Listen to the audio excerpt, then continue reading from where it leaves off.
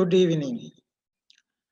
Welcome to webinar on clinical nutrition therapy, jointly organized by the Kandy Society of Medicine and Sri Lanka Medical Nutrition Association.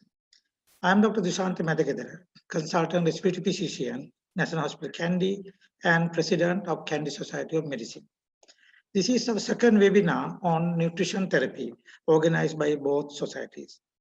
Now, this is very important aspects of management of patient. As you know, nutritional therapy is utmost important. The management of pediatric to the adult patient, acute to chronic patient, medical versus surgical patient. Otherwise, in all aspects of patient management, in all the categories of patient management, considering the nutritional therapy is very important, the proper and complete management of patients. Now, the management of the patient is a multidisciplinary approach where we need to include the nutritional therapy as a part of it. Now, this aspect is very important because updating knowledge of doctors and the medical fraternity on management of patient on nutritional therapy are timely need and is very important in the management, proper management of our patient. So because of this, two societies thought to conduct a second webinar on clinical nutrition therapy to update the knowledge of doctors and the other relevant personnel and to give us the latest evidence on how the nutrition therapy going to apply to the management of critical patients with a GI problem and the patient with a perioperative management. So our purpose is to have updating your knowledge on this particular aspect. Today we have three speakers on the expert on this particular area of interest and going to update you on different aspects. And we will have a question and answer session at the end of the webinar, and the question can be directed to the speaker and you will be answered, the speakers will be answered your questions. To start the program, I'm inviting our consultant nutritionist, Professor Sudhira Kalupana, is a professor in nutrition, the Department of Physiology, Faculty of Medicine, University of Peradeniya, to introduce the speaker and give you the outline of the session. Sudhira, to you. Thank you very much, sir. And at the outset, let me welcome you all. And I have to thank Dr. Dushanth Madhakadara, President, Kandy Society of Medicine, for asking me to organize this seminar. Actually, as he mentioned, he's very keen on the role of medical nutrition therapy. So this is the second of the webinar series. And I have to say that even during the COVID pandemic, as the president of the KSM, he has done an enormous amount of work, not only in continuous medical education, but also in projects like community outreach, in tree plantation programs, and uplifting the status of schools and so on. So thank you very much, sir. And so, ladies and gentlemen, it gives me great pleasure to introduce our first speaker. Is Dr. Renuka Jayathi, sir. Dr. Renuka Jayathi, sir, is a consultant medical nutritionist and is the head of the nutrition department at Medical Research Institute. She obtained her MBBS from the University of Colombo and the MSc and MD degrees from the PGIM University of Colombo. She had postgraduate training at London School of Hygiene and Tropical Medicine at University of London and Royal London Hospital, Whitechapel. She is a president of the Sri Lanka Medical Nutrition Association and the chair of the specialty board in clinical nutrition at PGIM. And I have to say that she is the pioneer in the field of clinical nutrition in Sri Lanka and was the one single person behind starting the MSc and MD clinical nutrition programs at PGIM.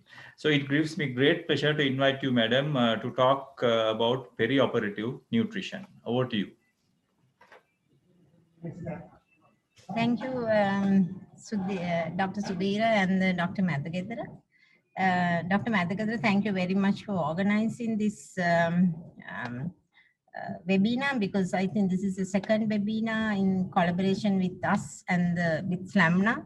So it's very, I'm the you are very, I think, very enthusiastic about nutrition with Sudhira. So I'm very glad to be here as a first speaker. So my topic is on the perioperative nutrition. And then, when we take the, can you see my presentation? Yeah. Can you see my presentation? Yes, Canada. Yes, Canada. Yeah.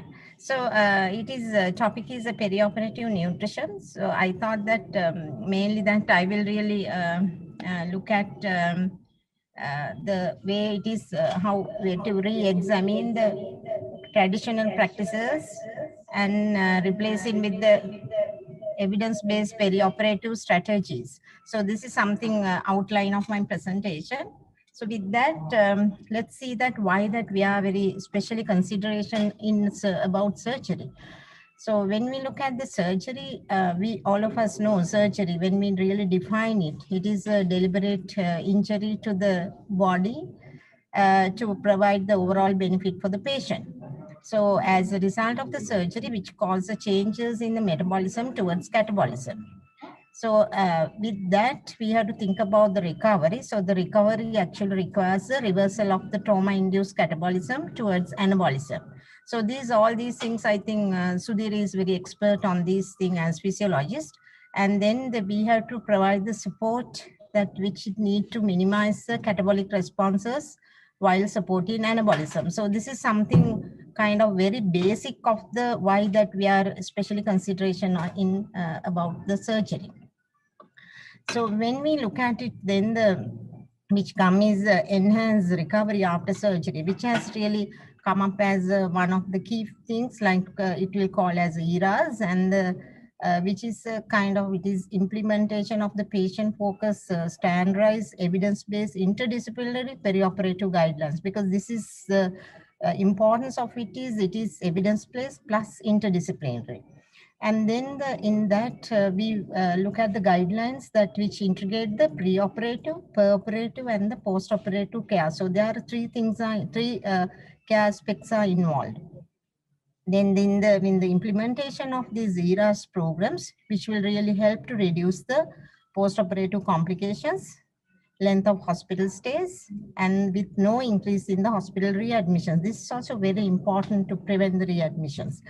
And when we really look at the economy of that, this is something very important, and the visual return on investment, like every $1 that we invested in ERAS, that will bring about $3.8 in return. So in this slide, I have just shown you how this length of hospital stay is very important. With the no infection, how it differs with the single infection, and how it differs with the multiple infections.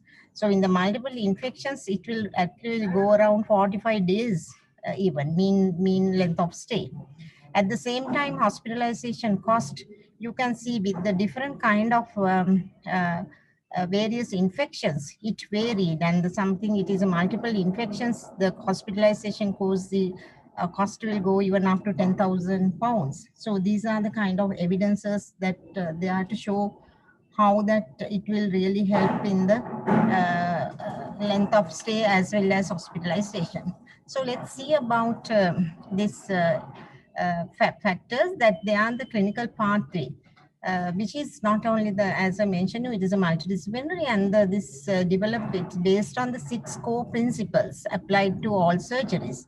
One is patient engagement, which is very important, and the nutrition is another one, and the mobility, perioperative fluid management, pain relief, best practices. So today I'm going to talk about the nutrition aspect. So let's see how it really goes with the nutritional one. So the first one, I'm really trying to show you the traditional preoperative practices in the country. I mean, everywhere with surgeries. One thing is we always tell that eat normal food till the evening before surgery. So this is normal practice. And then after that, we keep the patients nil orally from 10 p.m.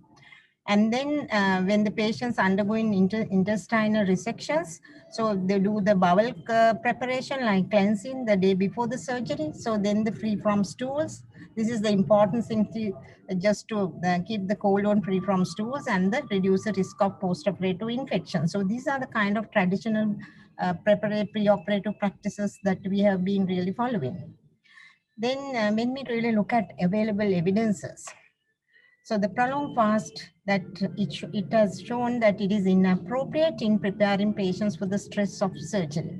At the same time, carbohydrate loading before the surgery, especially in the Cochrane review, it was found that intake of carbohydrate beverages prior to surgery, which will lead to the small reduction in the length of hospital admissions, even in the non-diabetic patients. At the same time, there was some research evidences with the safety for the diabetic patients, even to have these 2-hour carbohydrate-rich drinks, but still the evidences are not limited as to the provided as a recommendation.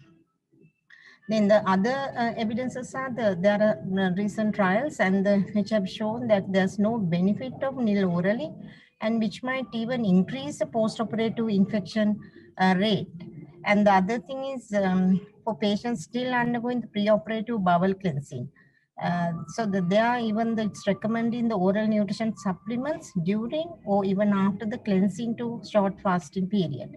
And especially that, which is very important, because these supplements will really readily taken up in the intestine, and it does not compromise with the bowel cleansing. So these are the kind of evidences which are available. So if we further see that what are the other evidences, and especially with the free intake of clear fluids until 2 to 3 hours before anesthesia for elective procedures, those are proven to be safe and brought about to reduce the discomfort of thirst, as well as it will help avoiding the preoperative dehydration. And the other thing is about the carbohydrate-rich drink prior to the surgery, 2 hours prior to the surgery, which has been also shown it will quickly clear from the stomach. So this is very important, as well as preoperative hunger and the anxiety is also reduced. And even the bringing the patient to the surgery in a metabolically fed rather than fasted states, which is very important, because we keep the patients fasting from 10 a.m. Sometimes we take the patient to the surgery at the 12 o'clock after long from fasting period. And which will, other thing is, it will reduce the post-operative insulin resistance, which is also very important. And there were some evidences to show that in the cardiac surgery, it will reduce cardiac complications. So in addition to that, in the Lancet, there are some evidences on the immune nutrition. In that study, it has been shown that they have done this study to ascertain with the oral immune enhancing nutritional supplements, which will help to improve the preoperative host defense and to lower the post-operative infections and the organ dysfunction. So it was a prospective randomized double-blind placebo-controlled trial. These are the high risk of after the patients at high risk of infection after cardiac surgery. They have in the double-blind study, they have done the using the immuno supplement with placebo, and finally that it was found that the patients who were on immune enhancing nutritional supplements, they have a few post-operative infections compared to the control. It is something like 17% versus 55%. So it's a huge statistically significant difference. Then the next one we have to look at is what is the place of preoperative nutrition screening. Usually we know that in settings, about 45% of the surgical patients are at risk of malnutrition. And some settings it is much higher, even some kind of disease conditions it is much higher. But these are the patients that they will end up with the longer length of stay, as well as they are more prone to get the mortality also. Mortality risk is very high. So as a result, this nutrition risk screening for all hospitalized patients are really needed prior to the surgery. So these nutritional assessments are very important to undertake to identify who are at risk. So what is while the identification, these are the kind of critical points we have to see, and the patients who have the weight loss more than 10 to 15% within 6 months, or patients who are BMI is less than 18.5, At the same time, the serum albumin level is 30 gram or 2 liter with no evidence of renal and hepatic dysfunction, and the patients who are sarcopenic. So these are the kind of high risk categories we can identify with the kind of nutrition screening. Then with all these evidences, so what are the new recommendations for the preoperative nutrition? So some are grade A recommendations. One of the recommendation is the duration of the preoperative fasting should be 2 hours for liquids and 6 hours for solids. Second recommendation is patients should receive carbohydrate loading preoperatively, that is 2 hours prior, and to provide immune nutrition 5 to 7 days prior to the surgery for those undergoing major head and neck, gastrointestinal, cancer surgeries, and major trauma, and nutritional supplements for malnourished patients. So these are the preoperative nutrition recommendations.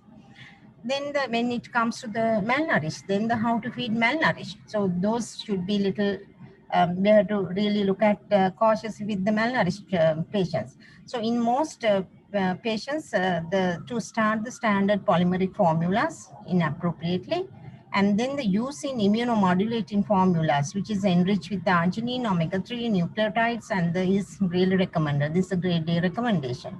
And this should be started prior to the surgery, 5 to 7 days prior to the surgery, as well as continue even after the surgery,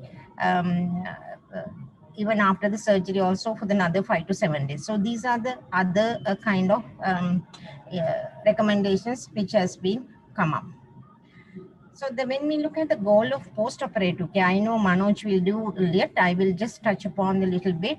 And then in the post-operative care, what we are doing is mainly our goal is achieving the kind of through good clinical practice and with good economics. This is also very important. Why we do is our goal is for the rapid recovery to the normal function and well-being, and to minimize the complications as well as the early mobilization, which is very important.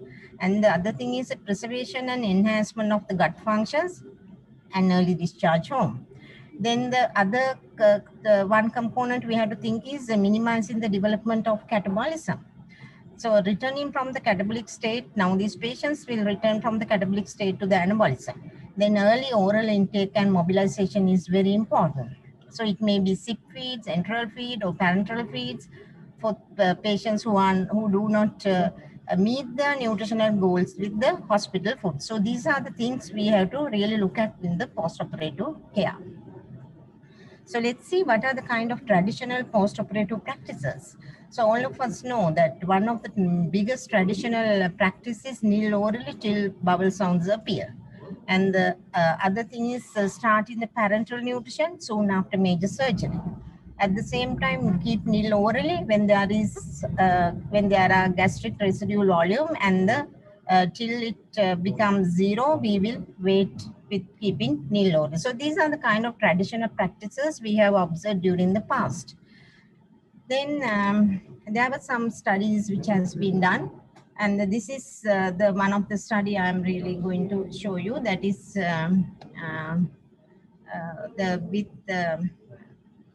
Levi's, and he has done the systematic review, and these are the meta-analysis, and they are the comparison with the enteral nutrition within first 24 hours versus standard regimens were done.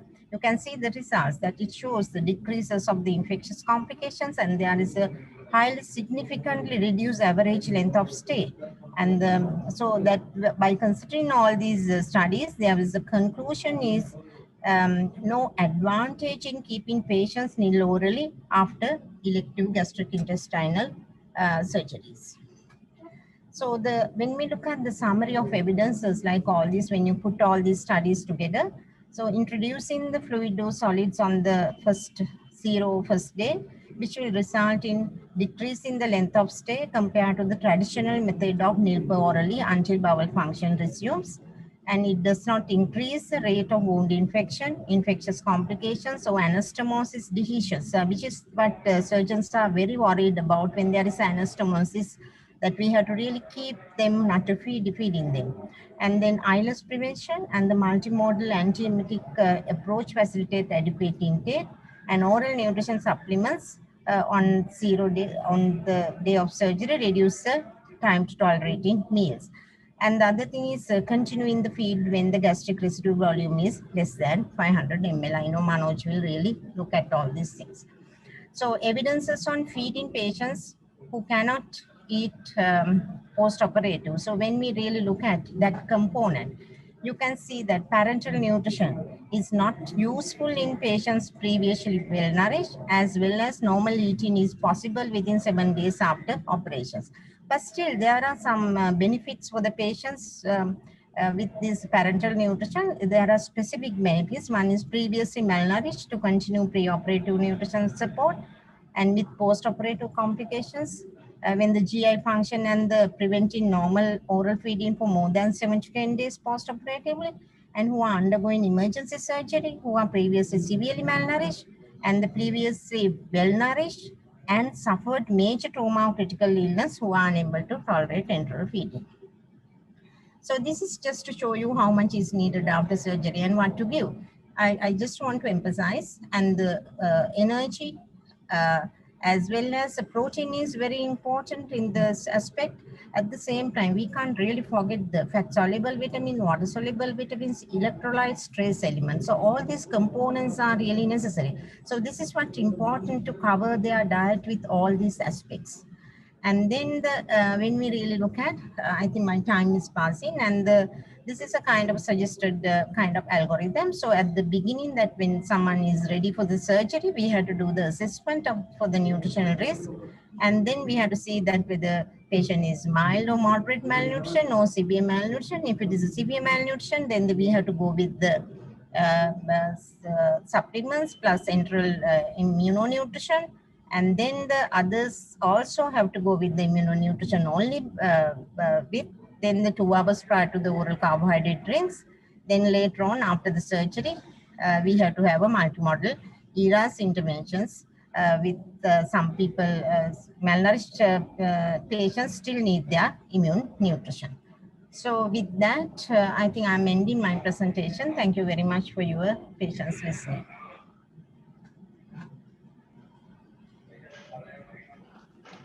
Thank you very much, Madam, for that evidence-based update on perioperative nutrition. Now, a message for the participants. Now, there is a small Q&A box at the bottom of your webinar. And if there are any questions, you can type in your question, and we will take all the questions at the end of all 3 presentations. So thank you very much, Madam, and I hope you will stay with us for the Q&A session at the end of all 3 sessions. So over to Dr. Madhagadara to introduce the next speaker. Yeah, welcome to the second lecture on today's webinar on critical care nutrition. Today, the expert to talk on this is Dr. Manoj Surya. Manoj is a consultant intensivist at the National Hospital of Sri Lanka, Colombo. Manoj obtained his MBBS degree from the University of Colombo and MD from the Postgraduate Institute of Medicine, Colombo, University of Colombo. He was an international training fellow in critical care and critical care medicine at Newcastle upon Tyne NHS Foundation Trust, United Kingdom. Has obtained his board certification in critical care medicine. He is a member of the Royal College of Physicians of Edinburgh and has obtained the European Diploma in Intensive Care. He is currently the council member of the College of Anesthesiologists and Intensivists of Sri Lanka, where he functions as a secretary of the Faculty of Critical Care Medicine. Manoj is going to talk to us on critical care nutrition. I think that's very important as a clinician to all of us. And I invite Manoj to start his presentation.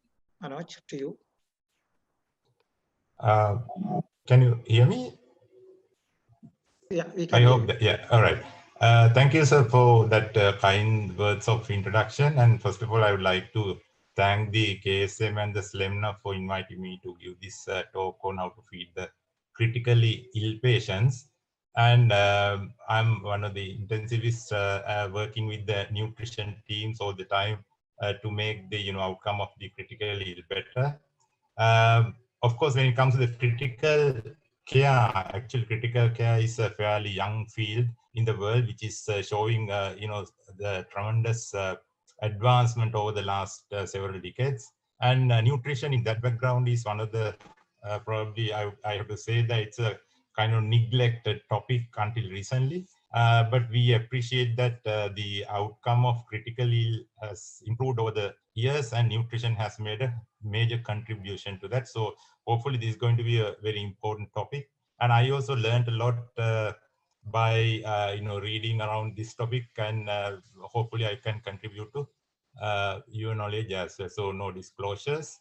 And first of all, I would like to introduce what the critically ill patient is. And critically ill patient is having a serious progressive disease process which causes life-threatening vital organ dysfunction, physiological instability, requiring mechanical organ supports and sophisticated monitoring to sustain life. So you can understand these patients are going to be very complex, and they are very dynamic and vulnerable, and they have to be managed in a place where trained personnel and state-of-art equipments are there. So they're going to be the intensive care unit. So anybody who's looking after these patients has to be familiar with this kind of environment, and it's a team effort. So nutrition plays a major role in intensive care therapy. Right. So basically I'm trying to focus on several areas on feeding the critically ill patients. One is why do we feed the ICU patients? Why is it important? And also 3 other questions: when to start, which route, and how much to feed. I think these are 3 of most controversial topics, and had a number of decent trials in the recent past, but there are some controversial findings. We'll try to focus on that, and how to monitor some of the complications. This is going to be the outline, but I'm not going to discuss about the gut health, microbiome, micronutrients, and some of the stuff related to the prokinetics and other, the stuff like immunomodulation. But basically, I would go by the available evidence and mainly base my topic, the talk on the ESPEN 2019 guidelines. Right, feeding critically ill has to be based on evidence that we all believe, but unfortunately, we have a serious lack of evidence to guide most of our therapies, especially in critical care. And we see a flooding of negative trials related to the critical care therapy. And nutrition therapies are also not much different with regard to the critical care.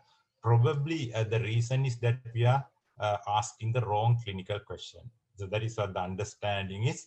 And maybe we are looking at the inappropriate outcomes like mortality, because we know that organ supports are not going to save the patient unless underlying process can be controlled.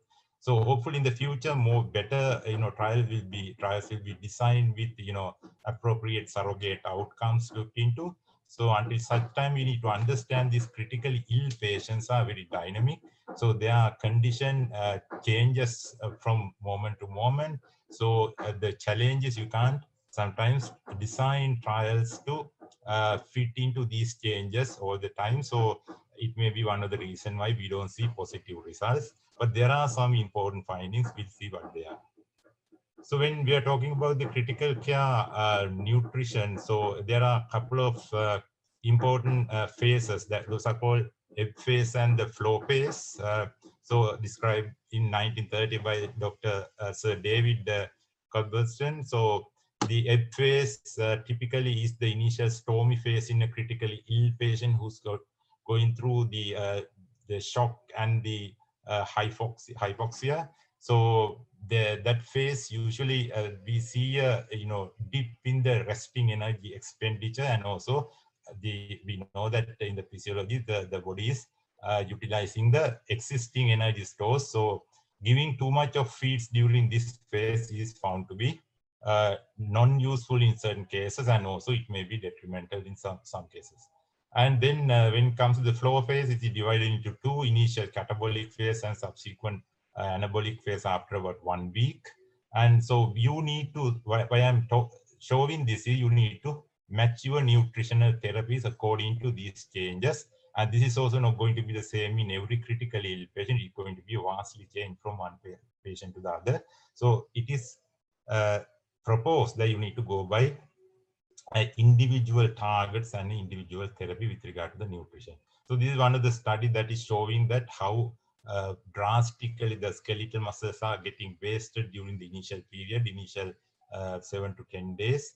So partly due to the nutrition, partly due to the organ dysfunction related inflammation and so on. So nutrition probably has a major role to play to minimize the damage. So when it comes to the malnutrition, we know that most of the critically ill patients are undernourished, and we are also not feeding them properly well. Even before coming to the ICU, they may be spending some time in the wards and other places. So they are not fed properly. So by the time they are admitted to the ICU, they are at very high risk. So I'm not going to read all the complications basically affect each and every organ. So we need to formulate our goals and aims, which has to be individualized, as I said earlier. And also we need to dynamically revise whether we are achieving our goals, because it's a matter of trial and error. Sometimes patient might not be they're going by what our expectations are. And also there are important complications that we need to look at, we need to anticipate, and also maintaining physiological gut functions is a aim. So sometimes it's not only the nutritional requirements. So there are some other the aims like immunomodulation, and more importantly, the nutrition has to help weaning process of the mechanical organ supports, importantly the ventilator supports and the renal replacements. Otherwise, we are going just to over-enthusiastically replace the nutrition.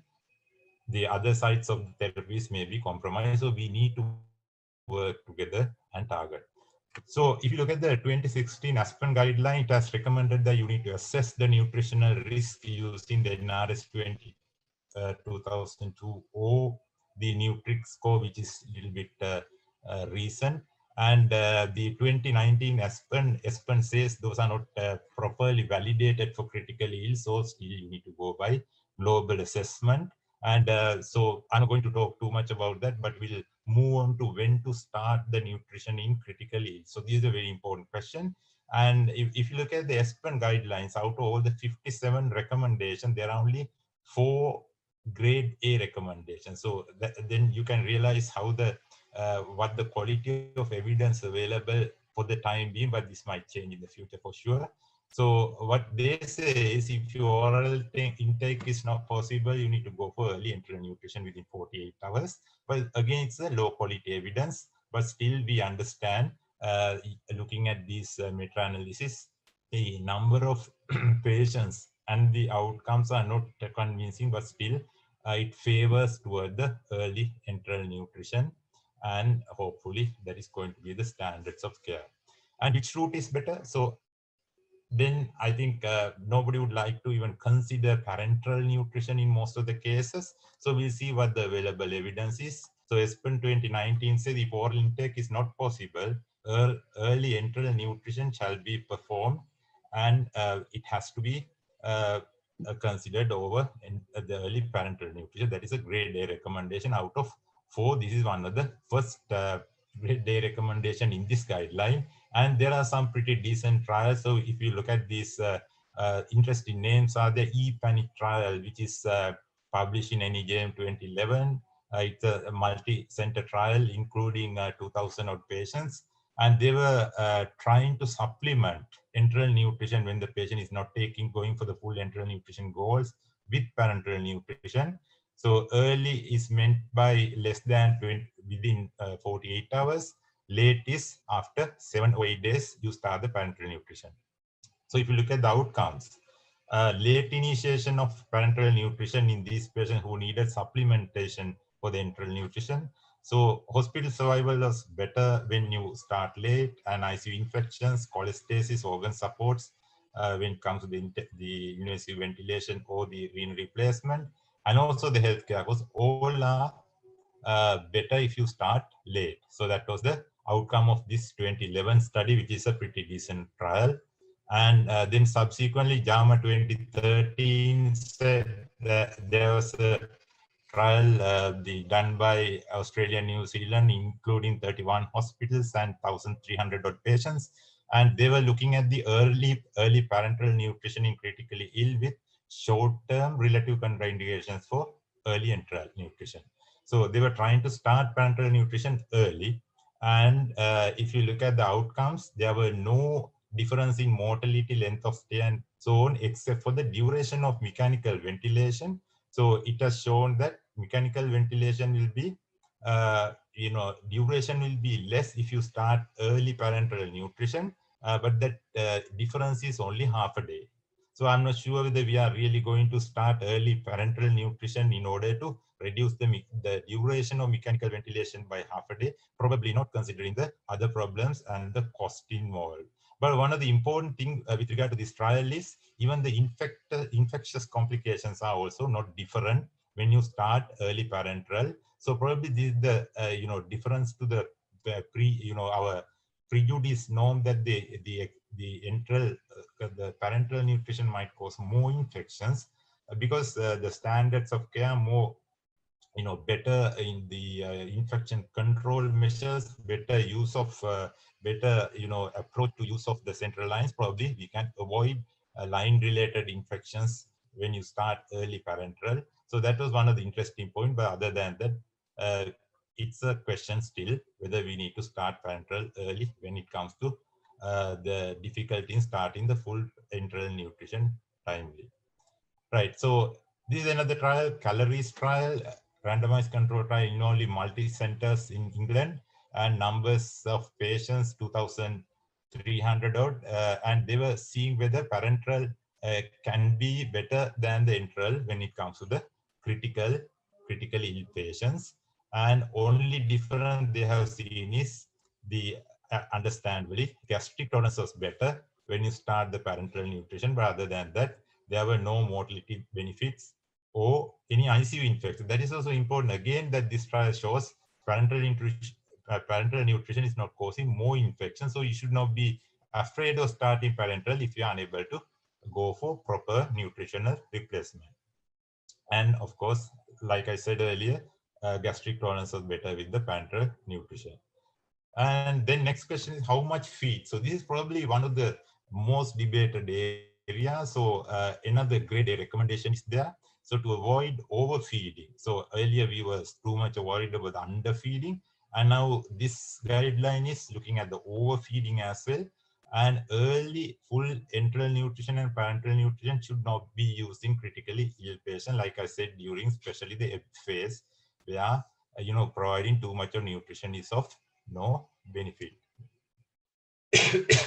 Excuse me. So this is again the grade A recommendation in Aspen. So how do you calculate the nutritional requirement? Usually we go by predictive equation like Madam showed in the earlier presentation. And but we know that these are not going to be very sensitive when it comes to certain categories of patients, especially like extremes of age, obese patients, and some of the malnourished patients.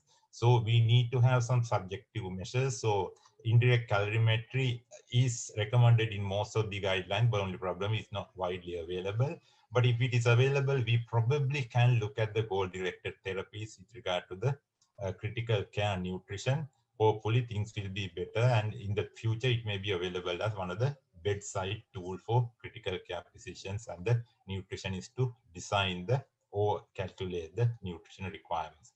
And then the how much to feed. So people thought, oh, why should we they feed too much? So can't we feed less and see whether there's a difference in the outcome? So permissive underfeeding or in standard enteral feeding critically ill patients. So this is called Fermi Trial, and nice names are there in EJM, the publication 2015, 7 hospitals involved in Canada and Saudi, and number of patients were 894. So this randomized trial, control trial, was the assessing whether providing less than 60% of the required nutrition versus more than 74% of the non-protein calories will make a difference, but there was no significant difference in mortality, serious adverse events, and feeding intolerances, ICU infections, or length of stay.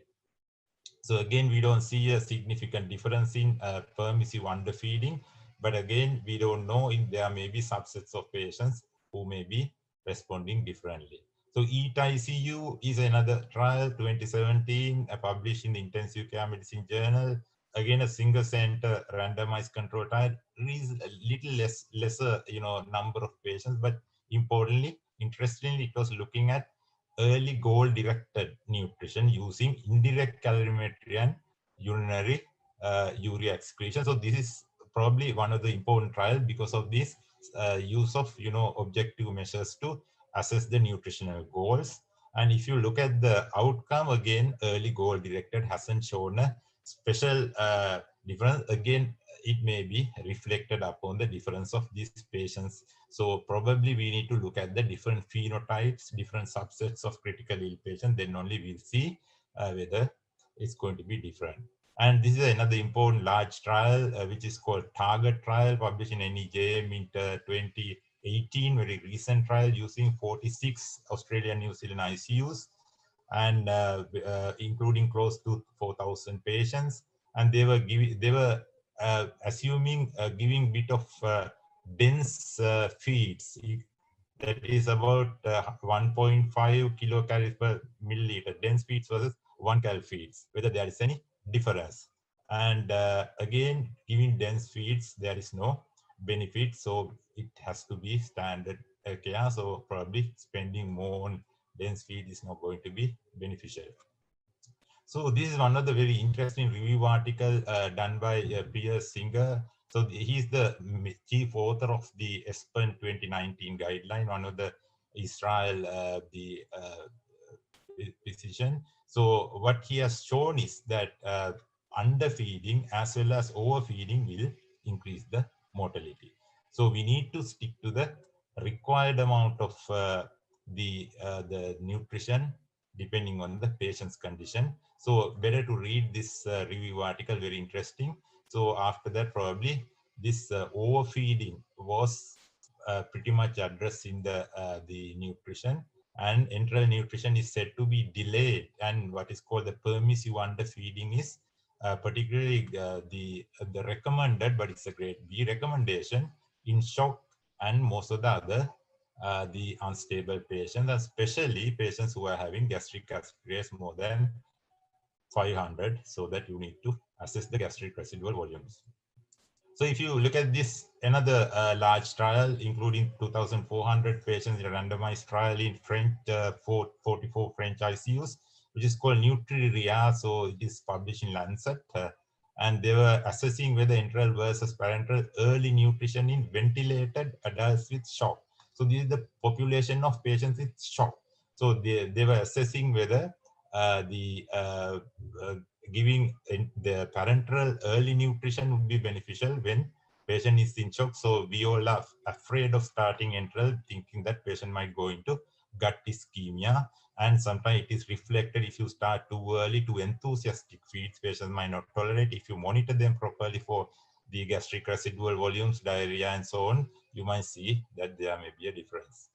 So again, this trial has shown that starting parenteral won't be showing any mortality or any other benefit other than the important finding that ICU-acquired infections are again not going to be statistically significant. So probably with the improvement of standards of care. But enteral nutrition, starting it early, has led to more gastrointestinal complications, including vomiting, diarrhea, bowel ischemia, and acute colonic pseudo-obstruction. So that is an important finding in Nutriria trial. So again, if you look at this Eden trial published in JAMA 2012 in 44 hospitals, 1,000 patients. So they were trying trickle feeds versus trophic feeding versus full enteral feeding in patients with acute lung injury. So they were looking at patients who are hypoxic mainly.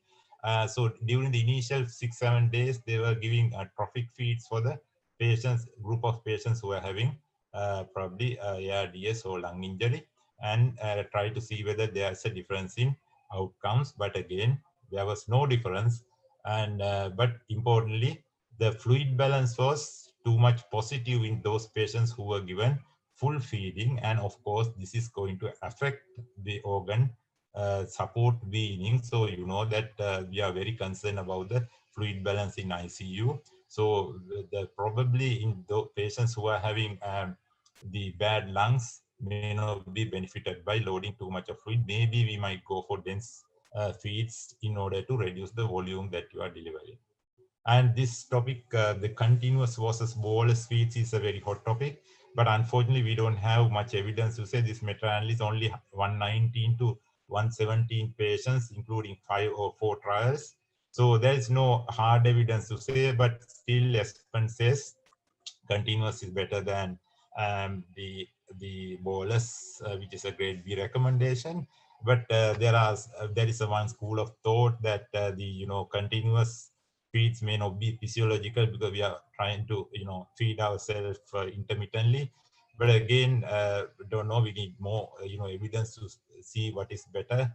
And probably personalizing these therapies, we might need to have a mix of approaches. Probably you need to start the continuous low dose therapies initially. As the patient is changing, you might need to go into the intermittent feeding. Probably you need to underfeed early, then you are going for the full feeds later on. Likewise, we need to change the nutritional therapy goals, targets, and also the assessments based on the patient's condition, which is called personalized or precision nutrition. So it's not only the ICU, you need to know that this has to be followed later on because these patients are very sick, they are very debilitated, so they need more nutrition later on if they are fortunate enough to survive the critical illness. So you can see that targets are going to be up and up. If the patient is going to be discharged later on also, they need a big follow-up. So I'm not going to discuss too much about the micronutrients and vitamins, and but just to show this picture, which is probably the first clinical trial in the history. James Lind is Sir James Lind is feeding a sailor with lemon because they are having vitamin C deficiency leading to scurvy at that time. Still, we don't have very robust evidence to say that vitamin C, vitamin B complexes, and also the including thiamine and even vitamin D is of much benefit to replace it in therapeutic doses, but probably most of these patients, critically ill patients, are having low levels of vitamins, so you need to replace it, but still we don't know whether it's going to change the outcome of the critical illness. So blood glucose targets, probably it may not be purely nutrition, but still very important because it is one of the complications or one of the monitoring that you need to do, especially in diabetes, but not only the diabetics. We know that most of the critical ill patients are having the erratic glycemic control. So the 2001, you might remember that they were recommending that you need to go for intensive glycemic control.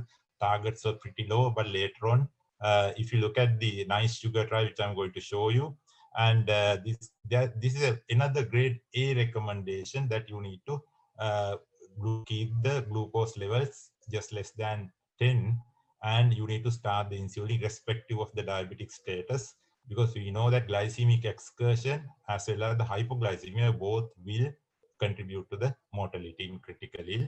So it's very important to understand this bit. You don't need to go by the old age old what is called this the algorithms to go for intensive therapy, but we need to go for a more modern the algorithm, and this is called the modified GL protocol. Is currently the most popular guideline. So hopefully nurses, if you train them, they can themselves go for this target without letting the patient to go in much of excursions, and also to avoid hypoglycemia.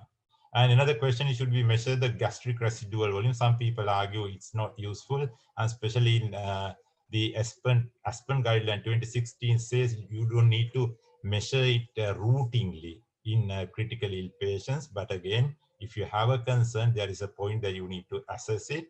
And this is one of the reasons why if your nursing staff, nursing protocols are not sharp, they will immediately stop feeding if there is even a 50-100 gastric aspirate, so which is going to be entirely physiological. So we need to give them a proper protocol to follow. Otherwise, this is one of the reasons why patients are not properly fed in the intensive care. So that is basically what I wanted to discuss during this 20, probably, I don't know, I have exceeded time. And my message is, medical nutrition therapy matters a lot in ICU, and also it has to be individualized precision nutrition. And we are not enthusiastic in overfeeding in this era of the medicine. But again, you should not underfeed. Everything has to be in moderation. We don't go for the perfect targets, and monitoring is vital. And more studies are needed to recommend the medical nutrition in critical ill for a much better outcome. Thank you.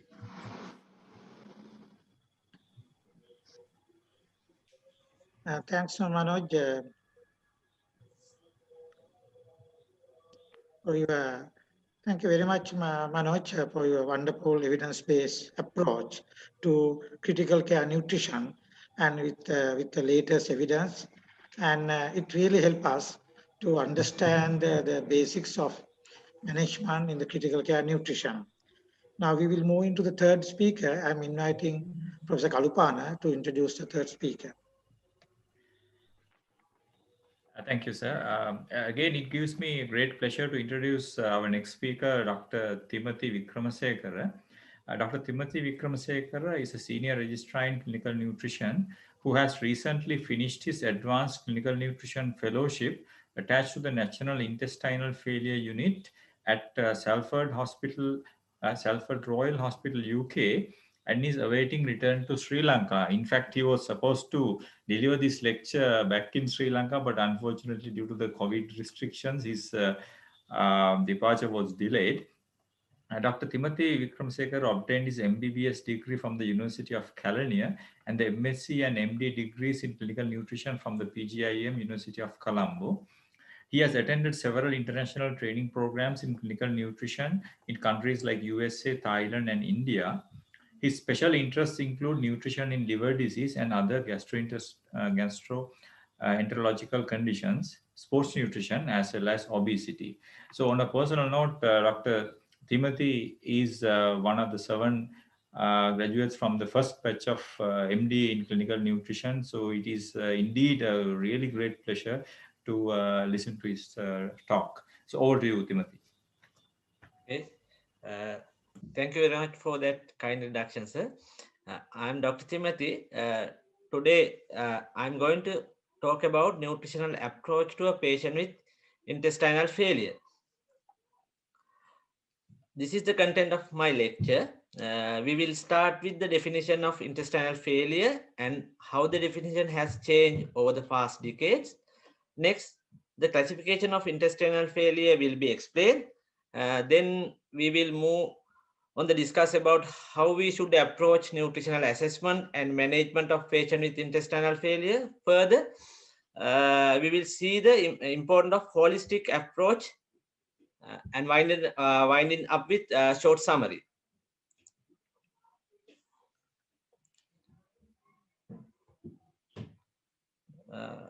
Current definition of intestinal failure is shown with the blue area.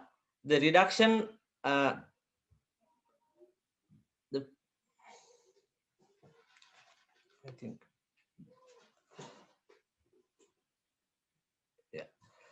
the reduction of gut function below the minimum necessary for the absorption of macronutrient and or water electrolytes, such that intravenous supplementation is required to maintain health and or growth. As you can see, definition of intestinal failure has been changed over the past 4 decades according to the management.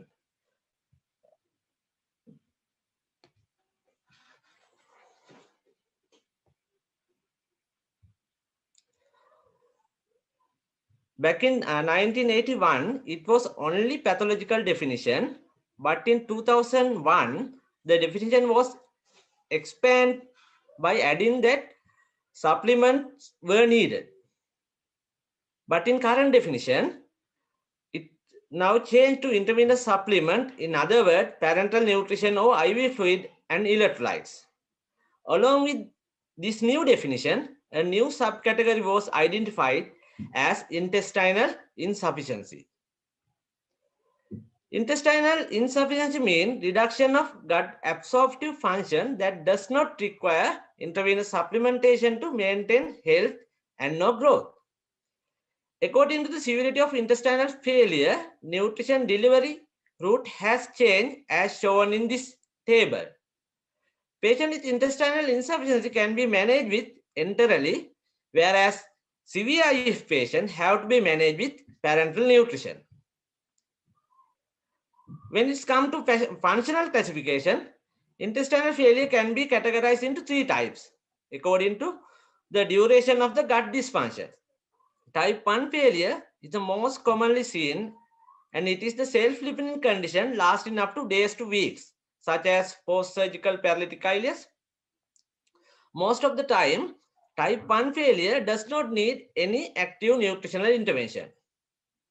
Type 2 failure can last from weeks to months. For an example, enterocutaneous fistula, abdominal sepsis.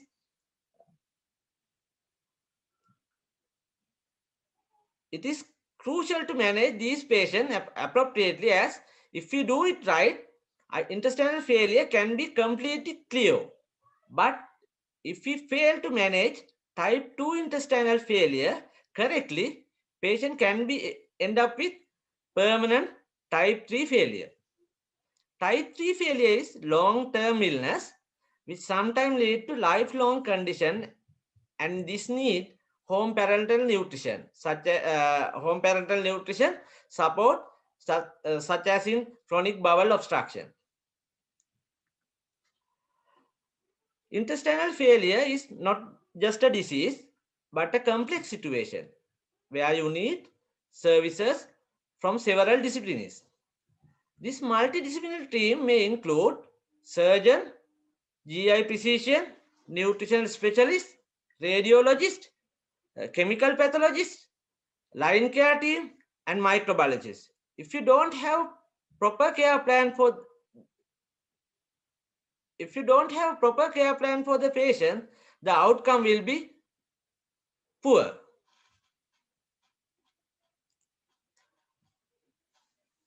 Right. Now we will see what to look for in nutritional assessment. You need to take a detailed information about previously tried diet, including route, amount, and type of nutrition formula. You also have to work out the reason for lack of success. Then measure current fluid balance for design a new individualized feeding regime. It is important to document anatomy and function of the intestine or remaining intestine. Most nutrients are absorbed in the first part of the jejunum. In case of jejunal resection, the residual ileum is able to adapt and to partially take over the role of jejunum in nutritional absorption. However, when the terminal ileum resected, the absorption of vitamin B12 and bile salt cannot be replaced by jejunal cell. Resection of the ileocecal valve decrease intestinal transit time and predispose to reflux of colonic content back into small intestine. Dysmotility and no dilated loop cause intestinal stasis, leading to small intestinal bacterial overgrowth, which negatively impact the digestion and absorption of the nutrient. High output stoma may cause water, sodium, and magnesium depletion. Therefore, make sure map the gut before planning your regime. I will repeat it. Make sure map the gut before planning your regime. Nutrition requirements should be calculated based on body weight, height, sex, and age, and adjusted accordingly by the patient's response.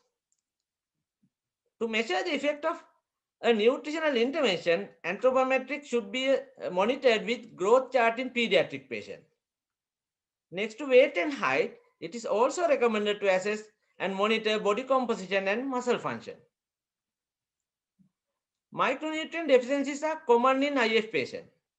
Therefore, electrolytes such as sodium, magnesium may be low due to excessive gastrointestinal losses, whereas calcium, phosphate, and potassium can be elevated as consequence of dehydration. Screening of electrolytes, vitamin, and trace element should be performed at baseline and monitored thereafter. Some medication may increase intestinal losses such as NSAID and antibiotics. Also, because of the decreased enteral absorption of nutrient and fluid by small intestine, medication dosage may have to be adjusted or converted to intravenous supplementation.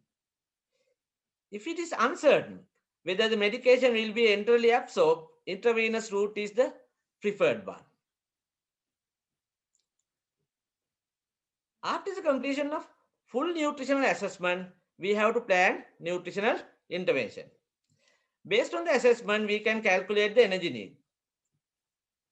If we have facilities, indirect calorimetry is the best.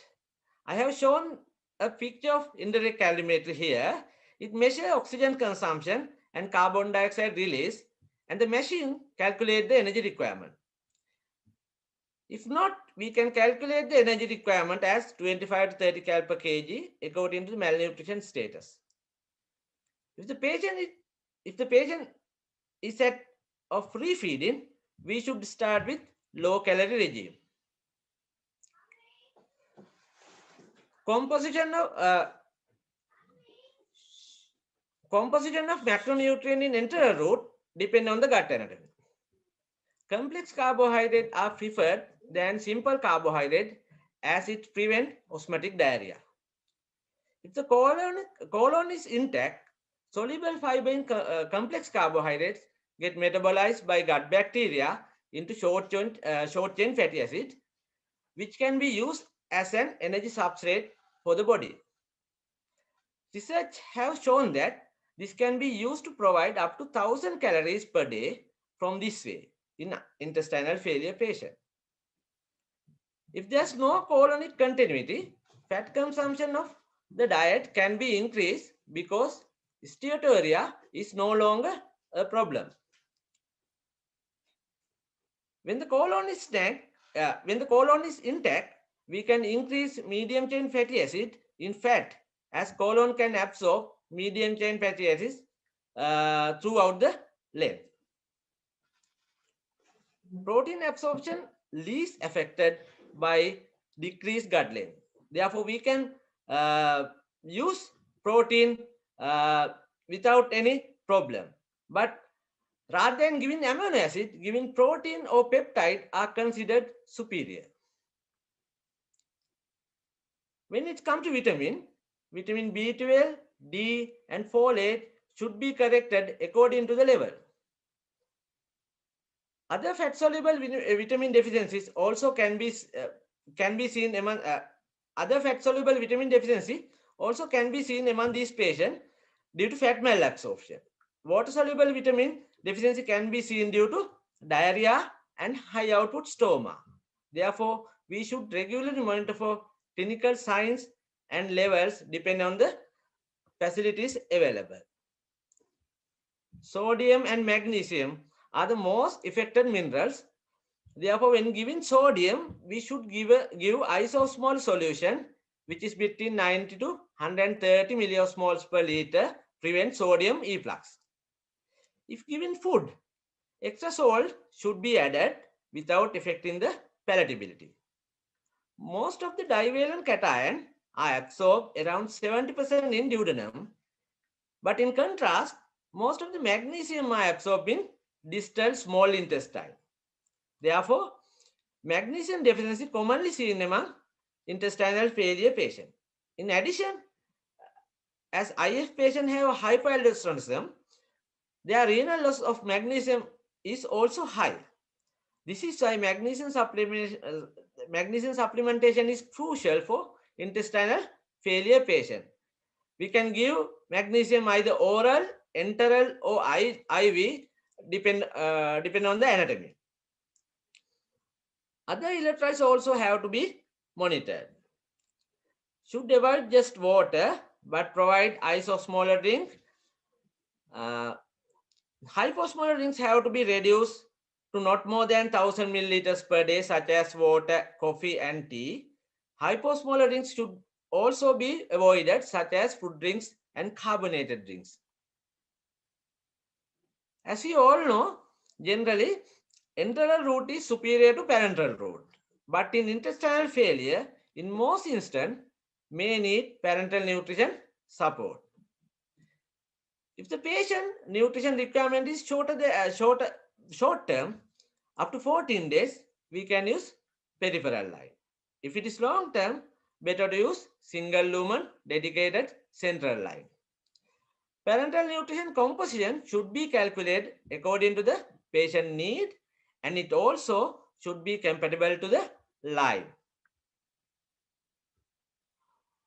Oral route should be considered.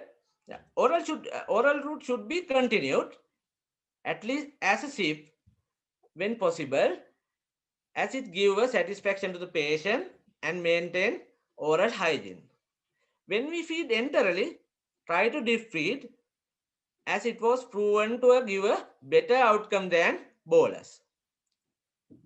You can see in this picture that there are several Foley catheters inserted through the fistula, which are used for distal feeding. Before initiating distal feeding, proximal and distal contrast studies should be done to make sure there's no obstruction or leak. Distal feeding should be initiated with normal saline and should be gradually converted to supplement. If we can establish good distal feeding, we can move the patient from being dependent from parenteral nutrition. Therefore, always look for possibilities for distal feeding among patients with parenteral nutrition. When it comes to drugs do depend on the gut anatomy and the length. To reduce stomal output and diarrhea, antisecretary drugs should be used. Omeprazole is better than ranitidine, and in dose we can give 40 milligram 2 times daily. If the gut length is less than 50 centimeters, omeprazole should be given as intravenous supplement. In intestinal failure management, there's no much place for octreotide because it's minimal antisecretory effect and the high cost. Loperamide decrease gut motility and increase absorption of the food.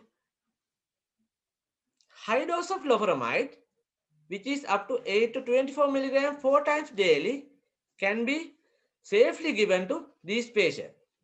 As the risk of getting arrhythmias is very less due to minimal absorption compared to others. In addition, unlike codeine, there's no sedative effect in loperamide. Codeine phosphate is not usually administered as individual drug, but should be combined with loperamide. Along with the above discussed nutrition plan, proper wound care and stomach care can minimize losses and reduce micronutrient requirement.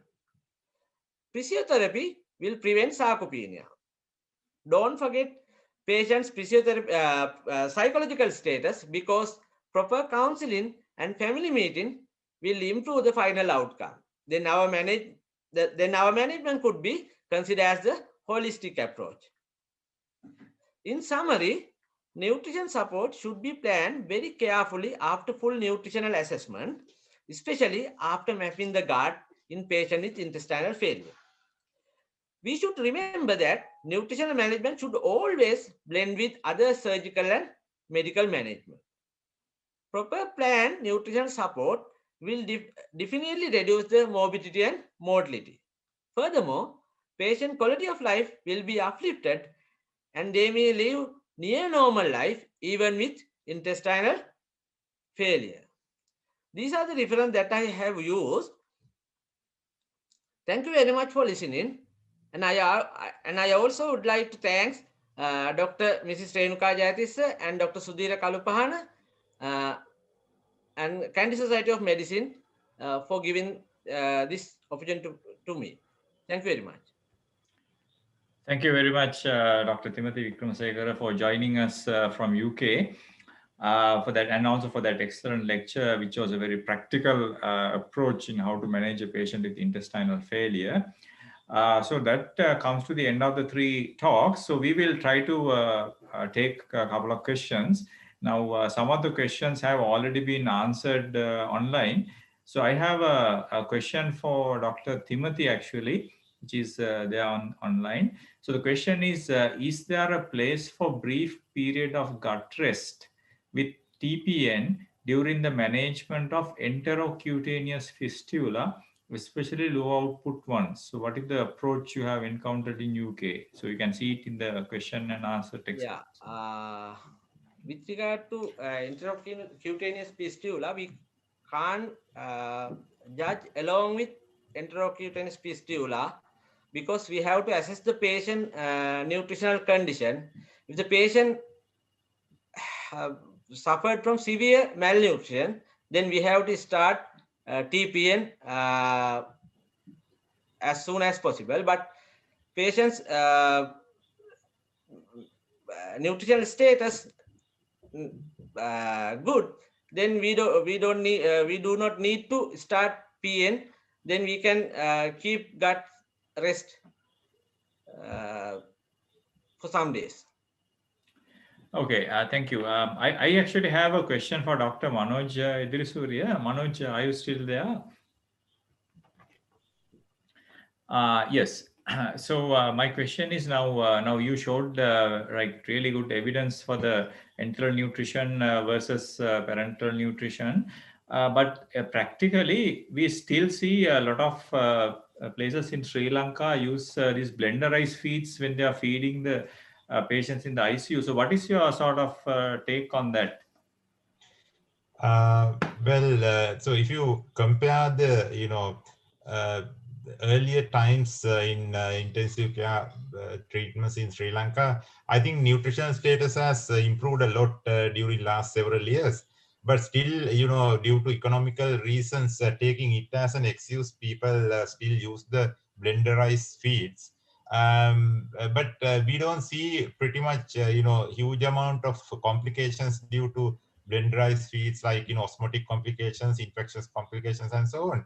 But when it comes to the cost of delivering intensive care therapy, which is massive, I think more than 200,000 rupees per day for a patient. So giving the targeted, we don't know the amount of calories in most of the blenderized feeds for sure. So especially for high risk patients, I think it would be better if we have the formulas with known amount of calories and proteins rather than giving unknown amount of stuff.